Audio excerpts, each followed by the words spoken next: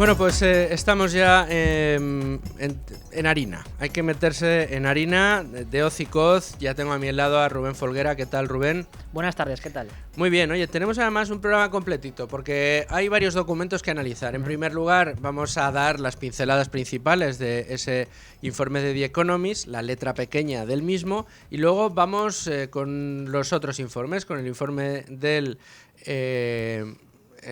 Observatorio Económico de la Universidad Francisco de Vitoria, que dirige José María Rotellar. Luego hablaremos con el profesor, pero antes también vamos a ver qué es lo que dice este informe y otras de los elementos o de los documentos que hemos tenido acceso, como por ejemplo ese informe que ha elaborado también Juan Ramón Rayo desde su canal, donde va despiezando ese optimismo del Ejecutivo y demostrando a las claras y con los datos encima de la mesa y en la mano que estaría muy poco justificado.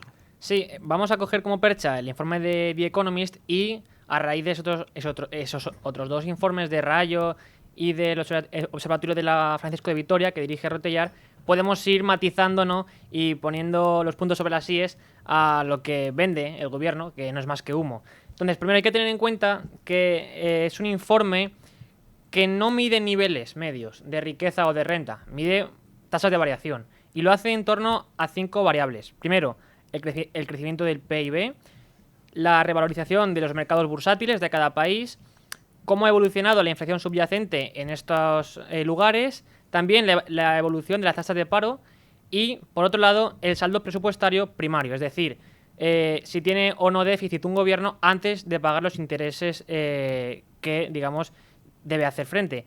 Y en este sentido, lo que destaca el informe de The Economist es que España destaca en dos variables. Por un lado, en crecimiento del PIB, que es la tercera, y en reducción del paro, que es el segundo país.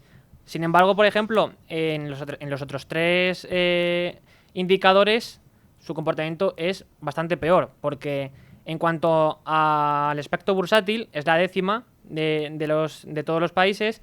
En cuanto a la inflación subyacente, es el 13º. Y en cuanto al déficit primario, el 10º también. Por tanto, el buen rendimiento que destaca The Economist de la economía española se debe sobre todo al crecimiento del PIB y a la reducción de las tasas de paro. Pero claro, aquí hay algo de truco, porque hay que explicar por qué sucede esto. Por un lado, ¿por qué se reduce la tasa de paro? Bien, básicamente porque venimos de niveles muy importantes durante los últimos no meses, sino años. Entonces, a pesar de que seamos el país con la mayor tasa de paro de toda la OCDE, tanto general como juvenil, en el caso de la general 11,2% y en el caso de la juvenil 26,7%, claro, la reducción, digamos, porcentual de esta tasa de paro sale que somos de los países, el segundo en concreto, que más se reduce en este año 2024. Que no es que seamos el país que más empleo tenemos, sino que en el último año hemos sido el país que más empleo hemos podido crear dentro de que somos una fosa séptica de trabajo, es decir, sí, que tenemos cada vez menos trabajo de peor calidad y que hace falta muchos más contratos. En esto también me concederás que, tal y como analizamos periódicamente en este programa, las cifras de empleo vienen un poco bastardeadas. Bastante. Vamos, tan bastardeadas que en Eurostat nos tienen que poner siempre, como decimos, un asterisco diciendo que, hombre, que los datos que nos ofrece España no cumplen, digamos, los estándares que tenemos para todos los demás y que, por lo tanto, no es una comparativa fiel. Y, entre otras cosas, ahí está el más de 500.000 de personas que tienen contratos fijos discontinuos, que están en inactividad, que cobran el paro, pero que sin embargo no aparecen en las listas de parados, con lo cual aparecen como empleos en funcionamiento. Más allá de otra de las realidades que siempre contamos, que es que para cada uno de los empleos nuevos que se ha creado en el último año hayan hecho falta millones de contratos, de modo y manera que cada uno de esos empleos tendría que haber firmado más de 2 contratos a la semana para terminar el año, o de 2 contratos al mes en algunos casos, depende de la horquilla de tiempo que cojamos. Pero claro, una persona que para estar empleada tiene que firmar prácticamente un contrato a la semana o un contrato cada 2 semanas, estamos hablando de que ni muy fijo, no es muy fijo, más bien es discontinuo y desde luego no ayuda a comprender cómo funciona el fenómeno del trabajo en España. Pero es que además hay otra variable, ¿no? Sí, porque... Que es precisamente quiénes son los que están accediendo a esos nuevos puestos de trabajo. Sí, y esto se relaciona directamente con el crecimiento del PIB. Respecto al crecimiento del PIB hay que decir primero que hay que tener en cuenta la revisión estadística que antes comentabas y que luego podrá profundizar Rotellar al respecto. Esto lo que significa es que el INE, el Instituto Nacional de Estadística, ha decidido decide periódicamente cambiar su operativa, sus parámetros a la hora de medir el Producto Interior Bruto.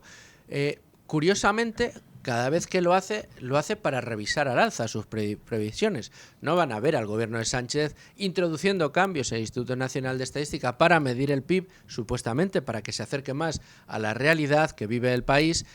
No lo hace y el resultado es que el PIB cae respecto al sistema de medición anterior. Curiosamente, siempre sube. Y además, como lo han cambiado, ¿qué hacen? Pues que la estadística la retocan a 4 años vista, es decir, los 4 años anteriores la retocan para que vaya subiendo respectivamente. De esta manera, pues se hace, digamos, un incremento de nuestro Producto Interior Bruto muy importante. Sí, de hecho, Rotellar destaca que se ha incrementado por estas revisiones en 35.000 millones el Producto Interior Bruto en términos nominales. Porque esto sí que hay que decirlo, que en este informe de la OCDE se coge el PIB en términos reales, pero claro, aunque tú descuentes la inflación, si estás aumentando el PIB nominal en 35.000 millones, el efecto sigue ahí.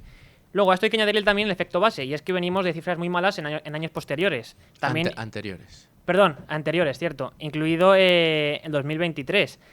Luego, y aquí lo destaca también la Francisco de Vitoria, el efecto del gasto público, que es decir, el incremento del gasto público está favoreciendo de una forma de una forma artificial, el aumento del PIB. Y aquí el informe del observatorio que dirige el profesor Rotellar destaca que este crecimiento es insano y que además está expulsando la inversión productiva privada. Y a todo ello hay que añadirle lo que destacaba Juan Ramón Rayo en su informe de su canal de YouTube, y es que en buena parte también el crecimiento del PIB se debe a la introducción o, digamos, la integración en el mercado laboral español de trabajadores extranjeros, que serían los que, de algún modo, encabezarían, pero no es que encabezarían, sino que protagonizarían casi exclusivamente el crecimiento de la producción de nuestro mercado de trabajo. Claro, porque una de las cosas que tenemos que poner encima de la mesa, ya hecho todo el análisis y la letra pequeña del informe de The Economist, es bueno, precisamente que no se compadece este optimismo, esta manera del gobierno de sacar pecho de los datos económicos y decir que hasta el semanario The Economist nos lo reconoce, porque si nos vamos a ver qué es lo que sucede realmente, esto que le gusta tanto decir a los progres, ¿no? Vámonos a la economía real. Vamos a ir a las familias españolas a ver qué es lo que sucede. Si vamos a la economía real, si vamos a las familias españolas, Rubén, de media, ¿qué es lo que está sucediendo? Pues que pierden poder adquisitivo. El informe de la Universidad Francisco de Vitoria lo que rescata es que, mientras que en 2017 la renta per cápita española suponía el 92,5% de la media de la Unión Europea, en 2023 ha supuesto el 88,7%. Es decir, que esa brecha ha aumentado. Pero es que además, como destacamos la semana pasada, un informe de julio de este año de la OCDE rescataba que España sería uno de los países que más habrían perdido poder adquisitivo en cuanto a sus salarios reales, porque habrían descendido en un 2,5% desde 2019, solo por detrás de Australia, cuyos salarios reales habrían perdido un 5%. Bueno, o sea que si atendemos a la renta disponible en las familias, podríamos decir que no estamos compartiendo esto de que la economía española va muy bien. La economía española irá muy bien para el presidente del gobierno, pero la verdad es que lo que le está sucediendo a las familias en España es que cada vez disponen de menos poder adquisitivo. Es decir, pueden comprar menos con el dinero que tienen o, dicho de otra manera, les cuesta más mantener su nivel de vida. Sí, ese es el problema de los agregados, al fin y al cabo, que puede el PIB y los macroagregados ir muy bien aparentemente, pero si luego desmenuzas todos los detalles te das cuenta de que al final lo que importa al final es que la gente tenga mayor capacidad de compra para poder vivir mejor, pues está sucediendo más bien lo contrario, y es que las familias españolas cada vez son más pobres debido a distintos factores, entre ellos las malas políticas económicas del gobierno. Porque aquí hay que destacarlo también, y es que The Economist señalaba, ¿no?, que en torno al informe luego se generan distintos artículos, y en uno que se llama España le enseña a Europa cómo seguir a la economía de Estados Unidos, directamente señalaba que las reformas de hace una década, en referencia a las puestas en marcha por el gobierno de Mariano Rajoy, están dando ya sus frutos. Y así señalaba literalmente que hasta que lo interrumpió la pandemia, la economía española crecía en torno al 3% al año entre 2015 y 2019, lo cual debía mucho a las reformas del sistema financiero y del mercado laboral impulsadas por el anterior gobierno conservador durante la Gran Recesión. Es decir, que si hay algo bueno de la economía española es lo que se hizo en la legislatura anterior y no en esta. Pero igualmente, aquí hay una clave que es fundamental. Si tú tienes un PIB creciendo en un país donde la renta per cápita va hacia abajo, donde el mercado laboral es inoperante en el sentido de que no genera más trabajo, sino que reparte el trabajo que hay, precarizándonos, evidentemente, que resulta que la inversión, en lugar de crecer, decrece, y que resulta que la atracción de inversiones se convierte en expulsión de inversiones, parece, Rubén, que no hay demasiado espacio para el optimismo en el sentido de encontrar alternativas al crecimiento. ¿Cómo puede crecer el PIB de un país si la clase productiva de ese país está estancada, es cada vez más precaria, no crece la inflación sino que cae y además resulta que expulsamos a las empresas en lugar de atraerlas? En ese entorno no se puede producir un crecimiento del Producto Interior Bruto a no ser que seas capaz de reducir de una manera drástica y en muy poquito tiempo el gasto público. ¿Qué pasa? Que como no se ha reducido, lo que se hace es que aumenta y lo hace de una manera muy notable, pues también resulta un elemento diferenciador y clave a la hora de ver si la riqueza total de ese país tiene sentido o no. Un gasto público que también ha venido dopado por esos fondos europeos, no solamente por la manera en la que se esquilma al sector privado, que como decimos está cada vez más castigado. Porque hay otro dato del gobierno del señor Sánchez que traemos a colación siempre que hay ocasión, y es que desde que Sánchez gobierna, los europeos que más y mayores, insisto, subidas de impuestos han sufrido, hemos sido los españoles. 81 en total.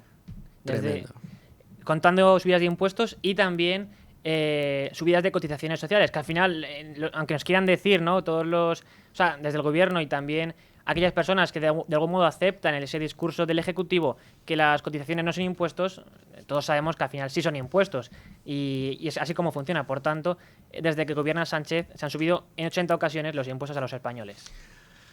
Es tremendo. Y subidas de impuestos adicionales. Y de lo único que vemos que discute el gobierno con sus socios es de cuánto más nos pueden subir los impuestos el año que viene. Ese es el problema, porque las que quedan... A ver, si ustedes creen que pagan pocos impuestos, pues digo yo que estarán encantados con esta política. El problema es que al gobierno le interesa una cosa que a usted no le interesa. Y lo que le interesa al gobierno es que usted no sepa exactamente todos los impuestos que paga. Porque si usted, usted también, que ahora mismo nos está escuchando, nos está viendo y es favorable al pago de impuestos y es de estos que dice que está muy orgulloso de pagar una factura fiscal muy alta, porque todo esto, como dice el gobierno de esa manera tan cursi, lo que das vuelve, ¿no? No son tus impuestos lo que permite la sanidad pública, la educación, etcétera, etcétera. Si usted fuera consciente realmente de todo lo que se queda al gobierno de su trabajo, no estaría tan de acuerdo con la calidad de los servicios públicos de los que se supone que usted disfruta versus todo el dinero que le saquean a usted cada mes y cada año.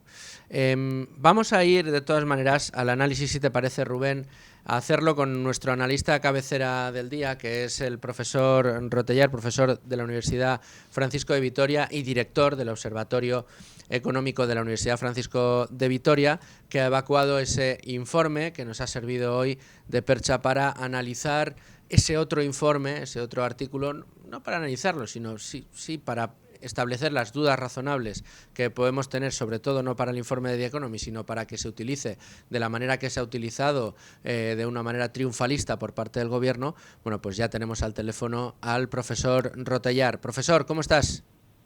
Hola, buenos días. Muy buenos días. Enhorabuena por el informe que habéis elaborado en ese observatorio económico, que es tan útil y cuyos informes, bueno, pues tanta luz arrojan sobre asuntos en los que muchas veces tenemos la sensación, profesor, de que nos quieren tomar el pelo. No sé si tuviste ocasión de echarte a la cara ese artículo de The Economist y cuáles fueron tus primeras impresiones.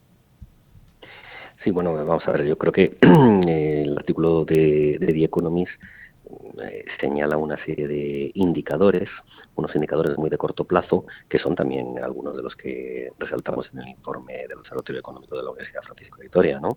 Que efectivamente en el corto plazo hay algunos elementos que podría hacer ver que la economía española va en un lugar muy destacado, pero realmente cuando se profundiza no es así, porque el Producto Interior Bruto, que es uno de los indicadores de The Economist, ha crecido primero por efecto del gasto público, segundo por efecto rebote, porque reaccionó más tarde, y tercero por una revisión extraordinaria del Producto Interior Bruto que simplemente en el año 2021 le añadió 35.000 millones de euros, que ha modificado el crecimiento de ese año en términos constantes en prácticamente 2 puntos y que ha tenido un efecto arrastre muy importante para el resto de los años, ¿no? Y eso realmente ha cambiado con esa revisión extraordinaria, excepcional. Las revisiones son normales, pero de tanta magnitud es difícil verlo. De hecho, no se había visto nunca una cosa así. Pues es lo que ha impulsado ese Producto Interior Bruto. En cuanto al desempleo, ¿es el que más lo ha reducido? Bueno, sí, ha podido reducirlo más, pero porque venimos a unos niveles muy altos. Y aún así, el indicador es malísimo para España, desgraciadamente, porque sigue liderando tanto la tasa de paro general como la tasa de paro juvenil.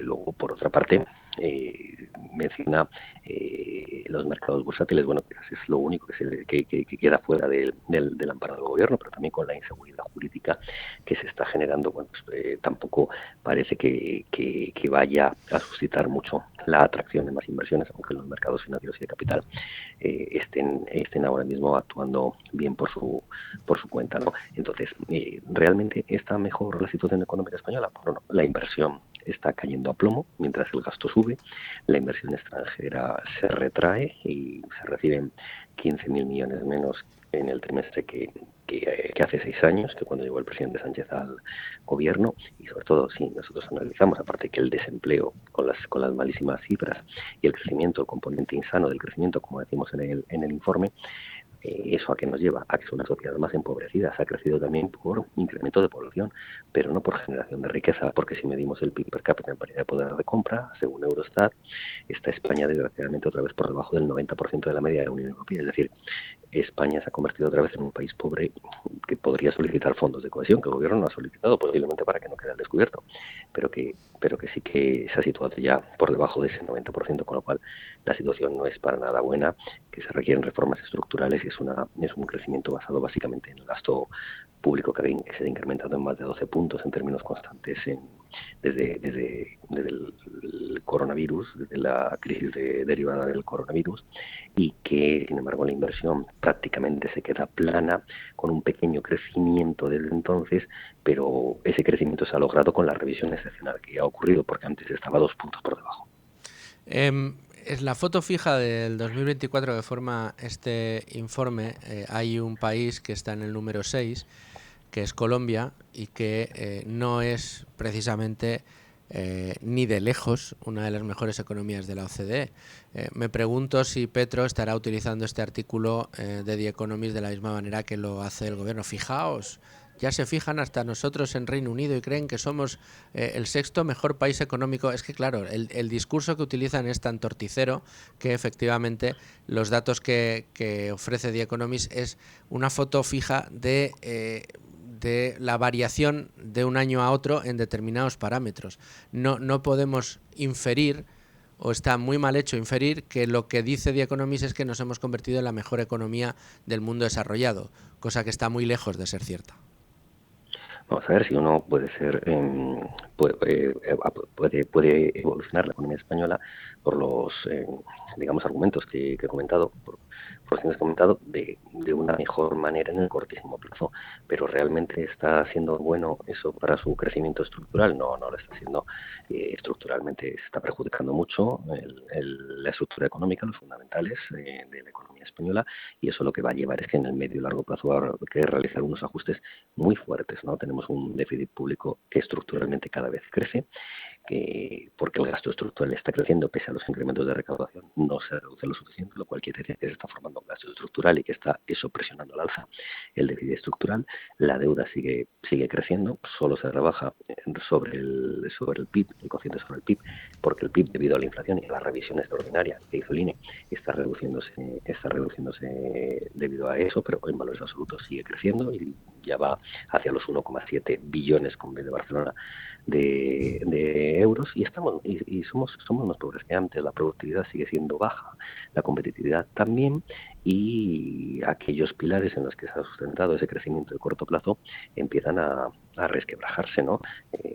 ¿Qué durará? Yo puedo sostenerlo mientras tenga dinero para poder gastar, gasto público, se podrá sostener, pero si no, pues difícilmente.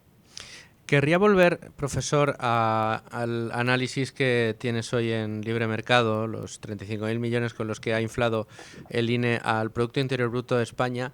Reflexionaba yo al principio, profesor, que resulta raro, ¿no?, que este gobierno, ya no sé las revisiones que lleva ya unas cuantas, y curiosamente el efecto siempre es el mismo. O sea, cada vez que revisa y que corrige las fórmulas mediante las que hace el cálculo de evolución del Producto Interior Bruto, no tienen como efecto una corrección a la baja. Es decir, el efecto no es que hemos perfeccionado la fórmula de conteo y por lo tanto, pues éramos demasiado optimistas y hay que rebajar las previsiones. No, siempre es al alza y además a 4 años vista. Todo lo que pasó en los 4 años anteriores hay que...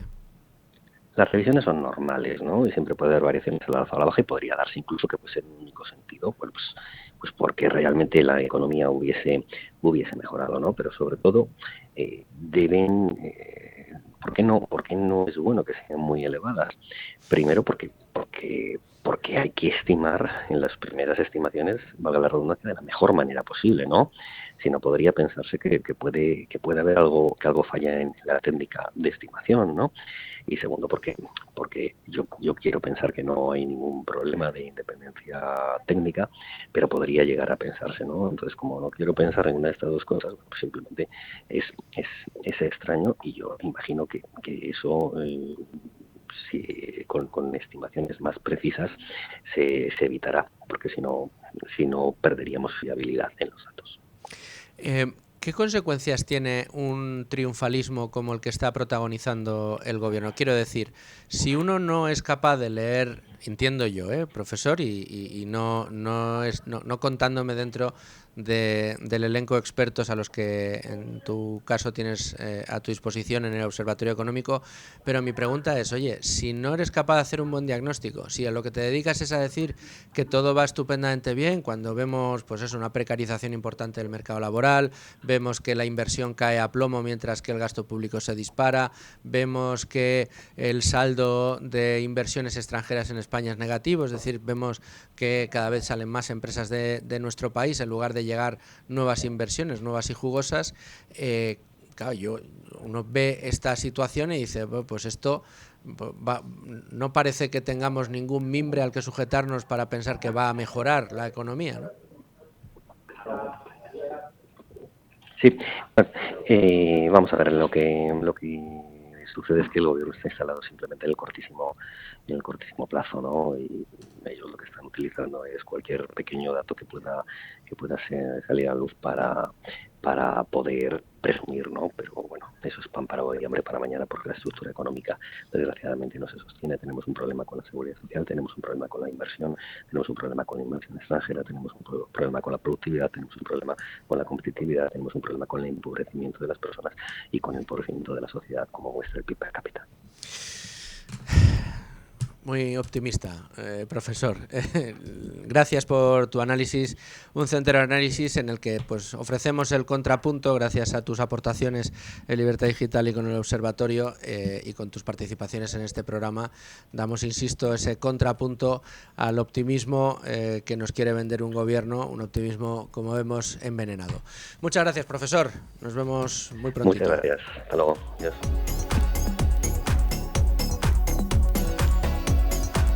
Bueno, pues haría muy bien el Ejecutivo en darse una vuelta por Libre Mercado, leer los artículos del profesor Rotellar. Les invitamos a los miembros del Ejecutivo a que se hagan suscriptores de este programa, que se suscriban en YouTube o en el podcast, o que nos escuchen todos los días de 12 a 1:30 en el 105.7 de su FM si nos escuchan desde Madrid, en el streaming que tenemos en el radio, si quieren, en definitiva, por cualquiera de las vías por las que les podemos hacer llegar este programa, entre otras cosas porque, oye, si a lo mejor al señor Cuerpo no se le ha ocurrido todas estas cosas que ha dicho el señor Rotellar, todos los problemas que tiene nuestra economía, pues podría al menos plantearse hacia dónde podemos llegar a ir y cuáles son las verdaderas preocupaciones que debería tener este gobierno con asuntos que no se solucionan desde hace décadas, como es el de la productividad. Pero hasta aquí hemos llegado con el tema del día, con el análisis de nuestro experto, y ahora nos vamos a otro tema importante, el del desarrollo bursátil. Nos vamos acercando al final del año y por mucho que nos acercamos parece que se aleja el objetivo de ese rally habitual. Estábamos celebrando la llegada a los 12.000 puntos y nos está costando volver a recuperarlos.